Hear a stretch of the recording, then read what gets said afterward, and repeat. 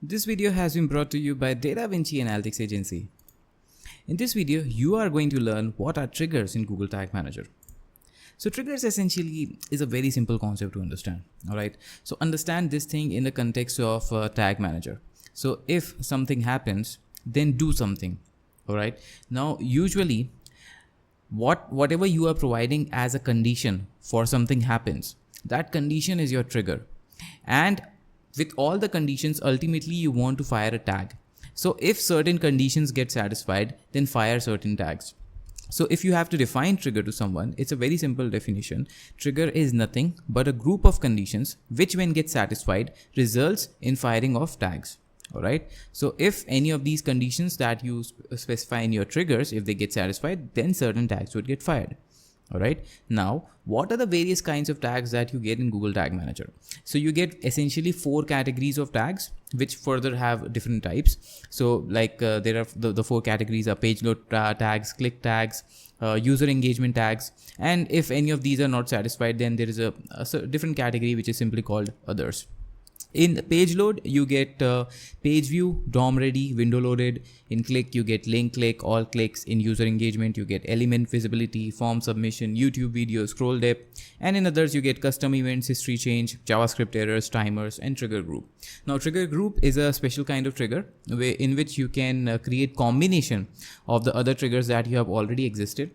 And if all the conditions in those triggers which are part of the trigger group get satisfied, then this trigger group gets satisfied, and the tags that you want to fire with this one will get fired. Alright, now I will be preparing exhaustive videos for each of these, for page view, DOM ready, link click, element visibility, everything. So I would be creating videos on each one of them. Right, but in this video what I want to cover is something that is common across all these tags. Right, so we will just go ahead in Google Tag Manager interface and understand about that commonality.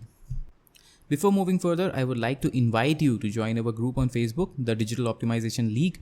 So this group is specifically dedicated to digital analytics. So we cover various topics on digital analytics like reporting or tag management or data visualization or conversion rate optimization or any kind of advanced digital data science around digital analytics. All right, so just share your request and I will approve that.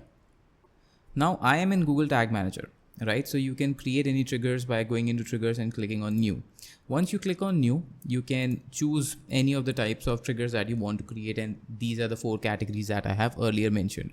Right, now if you select any of these triggers, so I am discussing about the commonality now. So if I select page view, so you will see this option, all page views, some page views. If I click on elements, so all clicks or some clicks. If I click on custom event, all custom event or some custom event.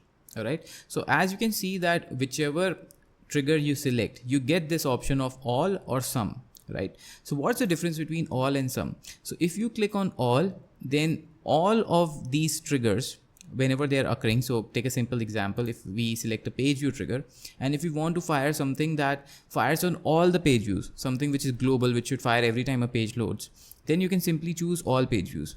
Right, but if you want to refine this condition, then you have to click on some page views. So as soon as you click on some page views, you will get this drop down. All right, now this drop down contains all the variables that are available to you within your variables section. Right, so as you can see that there is overview, tags, triggers, and variables. So whatever variables you create or the variables which are available by default. Right, so all those variables are available over here, and using the combination of the type of trigger and the value of the variable, you can refine your triggers. So for example, if I go to the site, so I'm in the debug mode and here are all the triggers. Right, so if I click on any of the triggers, so let's say container loaded, so I will see all the variables irrespective of the fact that whether they are getting values or not, they will be present over here. So if the value is not there, it would be undefined, but if the value is there, it will have some kind of value.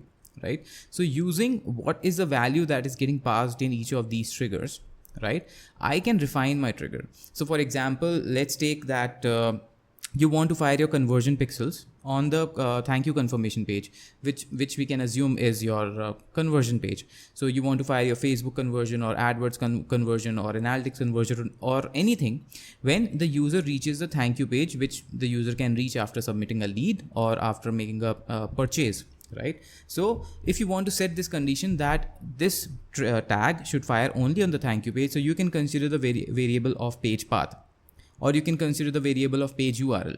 So you can choose these values that are specific to your page for your thank you confirmation page and refine your trigger. So I can go back and choose page path, or I can choose page URL, right? And I can put the condition over here. So now it will not fire on all the pages. It will fire only on those page views where the value of page URL variable was what I am going to specify over here, right? So using this thing, you can further refine the conditions that you put across your triggers. Now, another thing to know, consider over here is that this firing of triggers that you see in Google Tag Manager debugger console is sequential, right? So it starts from here. So this was the first trigger that would have fired when the page started loading. This was the last trigger that fired when the page completed loading, or any of the condition got satisfied. So this is an element visibility trigger. So this got fired when a certain element got visible. All right. So what you would notice is that the variables, the value of the variables, they would change as and when the values are getting available. So the values of some of the variables might not be available when this trigger took place, right? Some of them can be undefined.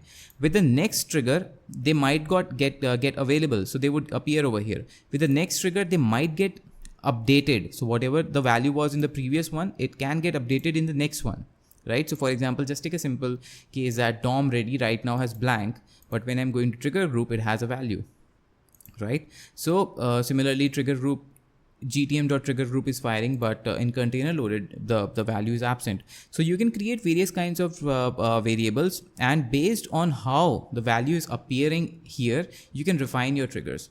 Now this condition also helps to fire the triggers only when certain values get available. So you want to make sure that once a certain event has taken place, then only the trigger should fire. So in those cases as well, you can use this combination of your trigger type and the variables and refine the condition.